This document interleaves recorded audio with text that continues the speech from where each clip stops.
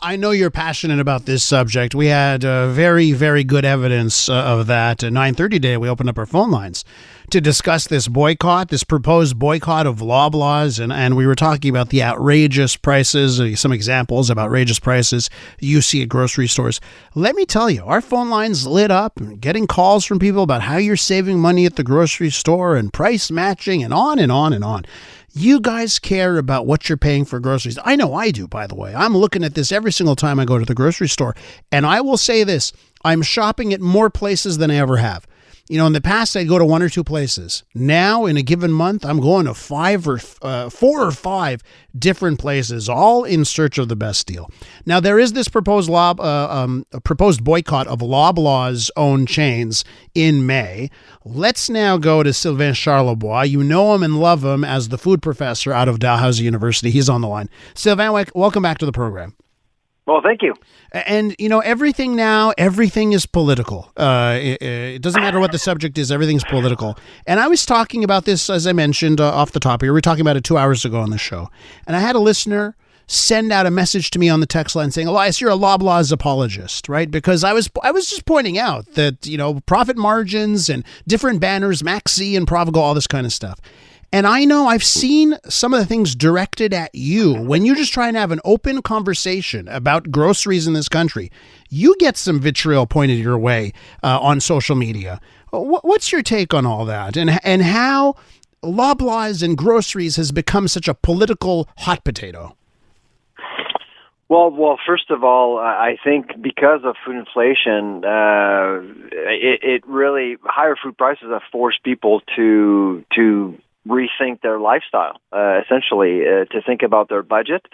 And of course, it's not just about food prices. It's the cost of living, interest rates, debts, mortgages, everything happened all at once. And people have tried to make sense of what was going on. And if you're not familiar with supply chain economics, if you don't understand how the food industry works, well, and if you don't understand how to read financial reports, obviously you will point at one thing you know very well, and that's the grocery store. So a lot of people think that grocers are in control of pricing entirely, and which is not the case, of course. And so you and I, we look at the evidence, we look at the data, and there is no evidence that grocers are profiteering. However, that's not how people feel. Mm-hmm. People feel angry. And to a certain extent, we must sympathize with the people who feel vulnerable, unprotected, frustrated, because, you know, we've seen some scandals. I mean, the bread price fixing scheme, for example, nobody went to jail, nobody went to prison. There's lots of baggage. And frankly, Loblaw is not blameless either. Over the last several months, we've seen several PR blunders by the company, and Galen Weston is well known too. So I get it. I appreciate where people are coming from, but certainly the boycott, is it a bad idea? It's not necessarily a bad idea, but I actually do think the way that they're framing the narrative to support the boycott is a missed opportunity altogether. Tell me more about that. Why is it a missed opportunity? Because the focus is about Loblaw, and frankly, it's not just Loblaw that is offering higher food prices. It's everyone, not just one in particular. Two, well, if you actually look at what's going on up the food chain between grocers and suppliers, that's when you realize Loblaw abuses his power along with Walmart. And you and I, we spoke about this. We spoke about the code of conduct. We talked about the lack of discipline in the marketplace.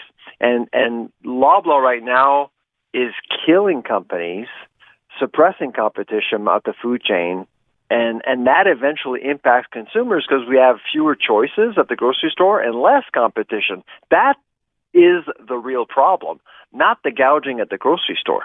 So I want to talk to you about that side of things, right? Because when I was thinking about what are the egregious examples of outrageous pricing, the thing that gets me the most is walking into the grocery store and seeing a bag of potato chips, Lay's potato chips, $5. And to me, it's just crazy. I know if I can get the house brands, they go on sale at times for 97 cents, for crying out loud, and $5 for a bag of potato chips. I just don't see how it could get there. But it's not lost on me. It's in recent memory. There was a big battle between Pepsi Frito-Lay, right, and Loblaws, where they pulled the products off the shelves because Loblaws was telling Pepsi, hey, your chips cost too much. So I see those examples too, but then you bring up this other side of things that you feel Loblaws is actually squeezing out certain competition.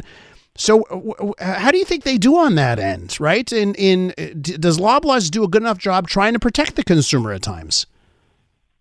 It's protecting itself. It's protecting margins, absolutely. The stop sell you heard about between Pepsi, Lay's, and Loblaw is exactly that. So the difference between what happened between Lay's and Loblaw and other cases that, well, the Lay's dispute with Loblaw, we heard about it. It went public. It was ugly, very ugly. But let me tell you, it happens all the time. And you know what? Suppliers tend not to survive. Mm-hmm. This is Pepsi. Lay's, the producer of Lay's is Pepsi. They're big enough to survive a spat with Loblaw. But most small, medium-sized businesses, mom-and-pop shops out there making chips or marmalade or whatever they're selling, juices, they won't survive Loblaw. And that's the real problem. And so that's why I've always believed that the boycott, yes, a good idea to engage Canadians so they can understand exactly what the issues are within the grocery business. But right now, I just don't see it. I don't see a dialogue. So if I were to be called by the boycotters, and if they were to ask me, okay, if we want to be rational, if we want to be logical about this, what should we do? The one advice I would give them, encourage Canadians to boycott all big box stores, all at once. All big box, gotcha. Yes, and go to independently owned businesses. And in Montreal, you got tons of them, and they offer good deals. Two, I would have done it a few months ago because right now, if you look at food prices, they're actually dropping. Yeah. Things are actually getting better. So they kind of missed an opportunity there. And that's what I'm thinking. Like May rolls around. If I'm Loblaws, I come up with the greatest specials of all time that month. So what are you going to do if you've decided you're going to boycott in May? But Loblaws decides to put on crazy specials. Are you actually going to stick to your boycott? I think it's very tricky. No, absolutely. So I do think that right now we're simplifying a much more complex issue, and it's unfortunate because it's getting a lot of airtime, and it's not accomplishing anything. How could we fix the issue that you've brought up, right? Where Loblaws and other behemoths here put this squeeze on the suppliers, right? How could we fix that? Would that take new regulations, laws, a code of conduct? How do we fix that? It's the code of conduct. Yeah, I mean, it's pretty. This is what I've mentioned in Parliament 3 times now, I guess. We've presented some data in terms of how the market would look like with a code of conduct. Prices would be less volatile. We wouldn't see the spikes we saw a few years ago, and we would see more manufacturing, more options offered to consumers in the end.